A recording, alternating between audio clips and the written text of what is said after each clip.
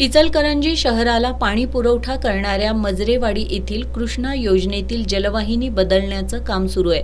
परंतु हे काम अत्यंत संथ गतीनं होत असून ते तातडीनं पूर्ण करावं यासाठी महाविकास आघाडीच्या वतीनं उपायुक्त काटकर यांची भेट घेण्यात आली. यावेळी या संदर्भात सविस्तर चर्चा करत उद्भवणाऱ्या समस्या आणि अडचणी यांचा उहापोह करण्यात आला. या चर्चेनंतर मक्तेदार कंपनीच्या प्रतिनिधीनं इचलकरंजी शहरातील आणि कुरुंदवाड येथील उर्वरित काम 25 फेब्रुवारीपर्यंत पूर्ण करण्याचं आश्वासन दिलं. यावेळी विलंब झाल्यास दंड आकारण्याची आणि काम पूर्ण होताच जलवाहिनीसाठी खोदलेल्या पॅचवर्क तात्काळ करण्याची मागणी करण्यात आली. ते कामही लवकरात लवकर पूर्ण करण्याची ग्वाही उपायुक्त काटकर यांनी दिली.